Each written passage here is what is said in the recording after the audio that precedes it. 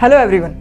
सप्त चिरंजीवी, जिनके बारे में हम में से बहुत कम लोग जानते हैं। आज से कई वर्षों पहले इस धरती पर कुछ ऐसे महान लोगों ने कदम रखा था जो आज तक, इतने सालों बाद तक हम लोगों के साथ इस धरती पर मौजूद है, क्योंकि इन लोगों को चिरंजीवी यानी अमर होने का वरदान प्राप्त था। ये सातों चिरंजीवी इस वक्त कहाँ है, ये एक मिस्ट्री जरूर है, लेकिन ये धरती पर है, ये एक सच्चाई है।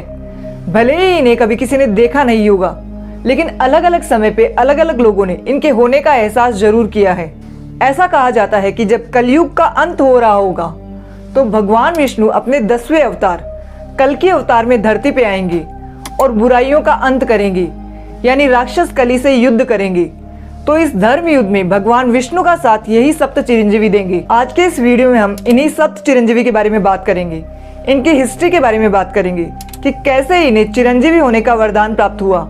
तो वीडियो का एंड तक जरूर देखिएगा, और अगर आप चैनल पे नए हैं तो प्लीज डू सब्सक्राइब, क्योंकि हम ऐसे ही और इंटरेस्टिंग वीडियोस इस चैनल पे लाते रहते हैं। तो चलिए वीडियो शुरू करते हैं। सप्त चिरंजीवियों में हम सबसे पहले बात करेंगे लॉर्ड हनुमान की। इन सातों चिरंजीवियों में हनुमान जी एक ऐसे हैं जिनके बारे में हर कोई जानता है। रामायण के वीर हनुमान भगवान श्री राम के सच्चे भक्त हैं। जब रावण सीता माता का अपहरण करके उन्हें लंका ले गया तो भगवान श्री राम बहुत चिंतित थे, क्योंकि लंका बहुत दूर थी और हर किसी का वहां पहुंच पाना पॉसिबल नहीं था। लेकिन श्री राम भक्त हनुमान जी उड़ना जानते थे, तो वो लंका गए और रावण के महलों में अशोक वाटिका में उन्होंने सीता माता को ढूंढ लिया। यहाँ हनुमान जी के चिरंजीवी होने की कहानी ये कहती है कि जब माता सीता ने हनुमान जी को देखा और हनुमान जी ने माता को बताया कि वो भगवान राम के दूत हैं, तो इस पर माता सीता ने प्रसन्न होकर हनुमान जी को इमॉर्टल यानी चिरंजीवी होने का वरदान दे दिया था। इसके अलावा जब त्रेता युग में रामायण के सभी कैरेक्टर्स को मोक्ष प्राप्ति हो रही थी, तो उस वक्त हनुमान जी ने देवों से प्रार्थना की कि उन्हें इस धरती पर तब तक रहने दिया जाए जब तक इस धरती पर राम जी का नाम लिया जाए। इसीलिए कहा जाता है कि जब भी कहीं पे राम कथा होती है तो हनुमान जी वहाँ पे सबसे पहले आने वाले और सबसे आखिरी में जाने वाले भक्त होते हैं। और जब भी कोई भक्त सच्चे मन से भगवान श्री राम का नाम लेता है तो हनुमान जी वहीं पाए जाते हैं। अगले चिरंजीवी हैं भगवान परशुराम जी। परशुराम जी भगवान विष्णु के ही अवतार थे और ये स्वभाव से बहुत क्रोध वाले थे। इनके पिता ऋषि जमदग्नि का स्वभाव भी वैसा ही था। इनका क्रोध तो और भी अधिक था। एक बार किसी कारण से क्रोध में आकर परशुराम जी के पिता ने उनसे कहा कि तुम अपनी माता का शीश काट दो। तो परशुराम जी ने अपने पिता की बात का आदर किया और अपनी माता का शीश काट दिया। ये देखकर ऋषि जमदग्नि का क्रोध शांत हो गया और ऋषि जमदग्नि को इस बात की बहुत खुशी हुई कि उनके पुत्र ने उनकी आज्ञा का पालन किया। तो उन्होंने परशुराम जी से कहा कि उन्हें क्या वरदान चाहिए। तो इस पर परशुराम जी ने कहा कि उन्हें कोई वरदान नहीं चाहिए, बस वो उनकी माता को वापस जीवित कर दे। और ये सुनकर ऋषि जमदग्नि और भी प्रसन्न हुए और उन्होंने परशुराम जी की माता यानी अपनी पत्नी को वापस जीवित कर दिया और साथ में परशुराम जी को चिरंजीवी यानी सदा अमर होने का वरदान भी दिया। ऐसा माना जाता है कि भगवान परशुराम जी तब से लेकर आज तक महेंद्रगिरी पर्वत पर अपनी तपस्या कर रहे हैं और वो आज भी जीवित है। और ये भी कहा जाता है कि जब भगवान कल्कि का जन्म होगा तो परशुराम जी उनके गुरु के रूप में उनकी सहायता करेंगे। अगले चिरंजीवी हैं अश्वत्थामा। महाभारत की बात हो और अश्वत्थामा का जिक्र ना हो, ऐसा हो ही नहीं सकता। दरअसल गुरु द्रोण एक बेटा चाहते थे और इसके लिए वो तपस्या कर रहे थे। तो उनकी तपस्या से प्रसन्न होकर भगवान शिव ने उन्हें पुत्र प्राप्ति का वरदान दिया और साथ में उस पुत्र के चिरंजीवी होने का वरदान भी दिया, जिसके बाद गुरु द्रोण को अश्वत्थामा पुत्र के रूप में प्राप्त हुए। और अश्वत्थामा के माथे पर एक ऐसी मणि थी जिससे उनको किसी का भी डर नहीं था, ना हथियार का, ना किसी बीमारी का और ना ही किसी प्राणी का। लेकिन बाद में जब अश्वत्थामा बड़े हुए तो उनकी दुर्योधन से दोस्ती हुई। इस दोस्ती की वजह से, पावर को हासिल करने की वजह से अश्वत्थामा ने महाभारत के युद्ध में कौरवों का साथ दिया। और इस युद्ध में अश्वत्थामा ने भावनाओं में बहकर इतनी गलतियां कर दी कि भगवान श्री कृष्ण ने अश्वत्थामा से उनकी मणि को वापस ले लिया और साथ में श्राप दिया कि उनके माथे का ये घाव अब कभी नहीं भरेगा।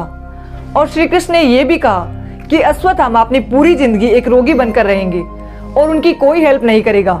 लेकिन सबसे सरप्राइजिंग बात यह है कि कुछ साल पहले एक थ्योरी सामने आई जिसमें मध्य प्रदेश के एक डॉक्टर ने यह क्लेम किया कि उसने अश्वत्थामा को देखा है। डॉक्टर ने बताया कि कुछ साल पहले उनके पास एक पेशेंट आया था जिसके माथे पर एक घाव था। इसका बहुत ट्रीटमेंट और मेडिकल के बाद भी ये घाव ठीक ही नहीं हो रहा था।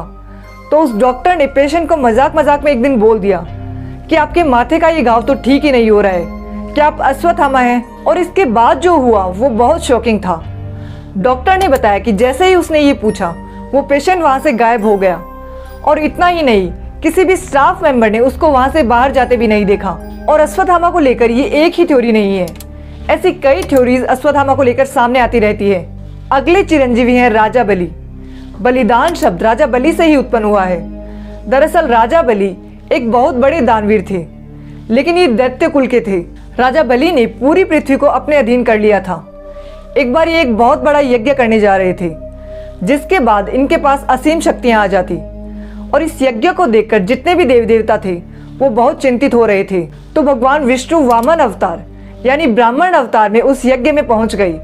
राजा बलि ने उन्हें देखा, उनका आदर सत्कार किया और उनका स्वागत किया, और उनसे पूछा कि उन्हें क्या दान दक्षिणा चाहिए। वामन देव ने कहा कि मुझे कोई दक्षिणा नहीं चाहिए, मुझे बस 3 पग जमीन चाहिए। तो इस पर राजा बलि ने कहा कि कोई बात नहीं है, आप नाप लीजिए 3 पग जमीन। तो वामन देव ने तुरंत अपना रूप इतना विशाल कर लिया कि उन्होंने एक कदम में पूरा भूमंडल और दूसरे कदम में पूरा स्वर्गलोक नाप लिया। अब बचा उनका तीसरा कदम। तो वामन देव ने राजा बलि से कहा कि अभी उनका तीसरा कदम बाकी है। तो राजा बलि ने हाथ जोड़कर अपना शीश झुकाकर कहा कि अब केवल उनका शीश ही बाकी है, तो आप अपना तीसरा कदम मेरे शीश पर रख दीजिए। और राजा बलि के इस भक्ति भाव को देखकर वामन देव यानी भगवान विष्णु बहुत प्रसन्न हुए, और उन्होंने राजा बलि को चिरंजीवी होने का वरदान दिया। कहा जाता है कि राजा बलि साल में एक बार धरती पर आते हैं, और इस दिन को ओणम के रूप में सेलिब्रेट किया जाता है। अगले चिरंजीवी हैं विभीषण जी, जो रावण के भाई थे। विभीषण जी ने अपने भाई रावण का साथ नहीं दिया था, क्योंकि रावण बुराई की तरफ था। उन्होंने भगवान श्री राम का साथ दिया था और युद्ध जीतने में अपना महत्वपूर्ण योगदान दिया था। क्योंकि विभीषण जी बुराई का साथ नहीं देना चाहते थे, इसलिए उन्होंने अपने भाई का त्याग कर दिया था, और इसी वजह से उन्हें चिरंजीवी होने का वरदान प्राप्त हुआ था। महर्षि वेदव्यास ये भी सप्त चिरंजीवियों में से एक है। महाभारत के रचयिता, इंटेलिजेंस और विजडम के प्रतीक महर्षि वेदव्यास के बारे में कौन नहीं जानता। वेदव्यास जी को भगवान विष्णु का ही अवतार माना जाता है। ऐसा माना जाता है कि महर्षि वेदव्यास ने 3 युगों को देखा है। त्रेता युग के आखिरी दिनों में इनका जन्म हुआ था। इसके बाद इन्होंने पूरा द्वापर युग देखा, और कलयुग के शुरुआती दिनों को भी इन्होंने देखा है। इसके बाद वेदव्यास जी के साथ क्या हुआ ये कोई नहीं जानता।